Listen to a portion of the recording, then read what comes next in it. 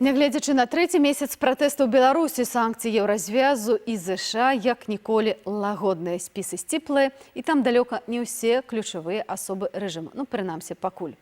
Але МЗС ідзе на эскалацыю міжнародных адносінаў з Еўропай. Чаму свет такі мяккі да брутальнага рэжыму ў Беларусі, ці сапраўды такія санкцыі могуць падштурхнуць Лукашэнку да перамоваў з каардынацыйнай радай? Юлія Лабанова.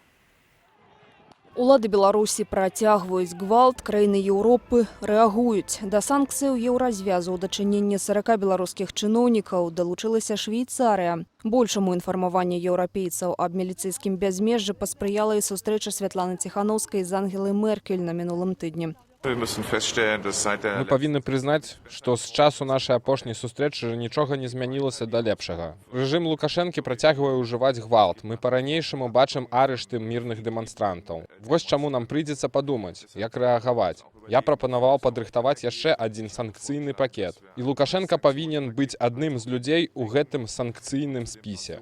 Санкцыі як механізм прадугледжаныя дзеля палітычнага ўплыву на іншую краіну мірным шляхам, без узброенага ўмешальніцтва. Візавыя абмежаванні ў 2020-м, аднак, выглядаюць сімвалічна. Нават пасля выбараў 2010-га, калі маштаб рэпрэсіяў быў меншы, адразу пад санкцыі трапіла больш за 150 чыноўнікаў. Затым спіс перакрочыў за 200 дзяржаўных службоўцаў і 25 прадпрыемстваў. Што праўда, цяпер мэта заходніх краінаў не ў тым, каб дамагчыся змякчэння палітыкі Лукашэнкі, а прымусіць яго да дыялогу.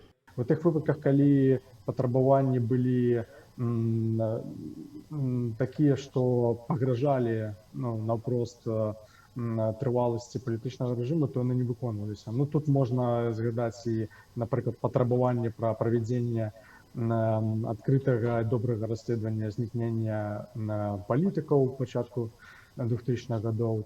Заўважны эфект далі б кропкавыя санкцыі і ў дачыненні асобаў, якія з'яўляюцца гаманцамі рэжыму. Атрымліваюць адзейныя ўлады выгоды для бізнесу, ды ўскосна дапамагаюць утрымліваць сілавікоў. Гаворка перадусім пра блакаванне банкаўскіх рахункаў ды актываў у Еўропе і ЗША такіх прадпрымальнікаў.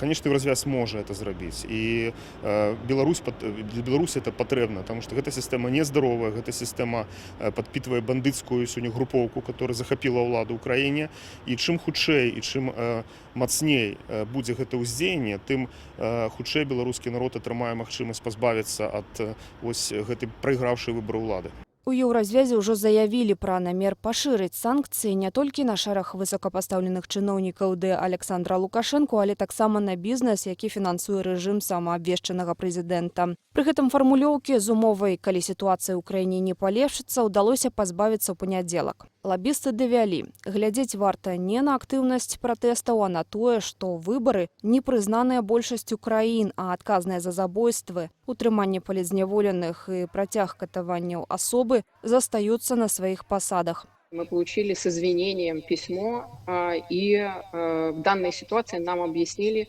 эта фраза сейчас отсутствует. И Евросоюз сейчас начал готовиться к введению этих санкций.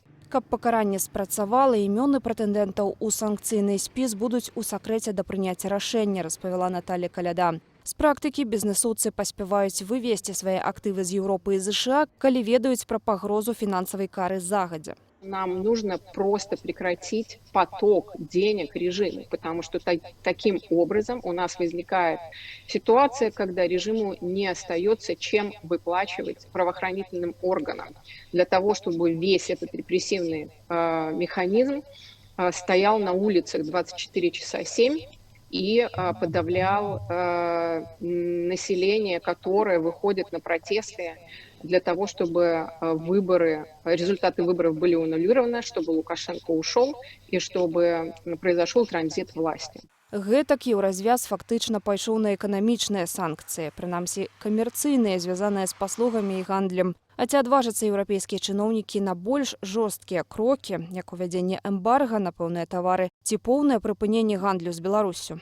Еўразвяз не будзе ўводзіць шырокія эканамічныя нейкія сектаральныя санкцыі, бо гэта супярэчыць ягоным санкцыйным дакументам, бо ёсць вельмі канкрэтныя дакументы, якія рэгламентуюць санкцыі, і яны гавораць пра тое, каб санкцыі білі не па насельніцтве краіны, а менавіта па тых асобах, там, арганізацыях, якія адказныя за пэўную непажаданую палітыку. Дагэтуль дзеюць абмежаванні ЗША ў дачыненні вышэйшых асобаў ды часткова для айчыннага флагману Белнафтахіму, уведзенае пасля 2010 году. Між тым, беларуская дыяспара ў Амерыцы ініцыявала перагляд акту аб дэмакраты адносна Беларусі. Законапраект больш жорсткі па сваіх фармулёўках, ды нават мае перасцярогі для Владзіміра Пуціна аб непрызнанні саюзнай дзяржавы ў выпадку спробаў Расіі скарыстацца палітычным крызісам у нашай краіне. Трамп – это не самый активный американский президент у параўнанні з сваімі папярэднікамі, якія больш актыўна падтрымлівалі, напрыклад, Беларусь. То, што важна, то, што гэты акт, ён падтрымліваецца і рэспубліканцамі, і дэмакратамі, то бок двумя асноўнымі палітычнымі сіламі ў ЗША, і ў гэтым у іх ёсць кансэнсус у дачыненні да Беларусі. Еўразвяз мае пашырыць санкцыі цягам 6 тыдняў. Цяпер ідзе праца над праверкаю прэтэндэнтаў у санкцыйны спіс, каб ніводная асоба не была ўнесеная туды памылкова. Гэтаксама вывучаецца і рух грошай, якія трапляюць у беларускую дзяржаву.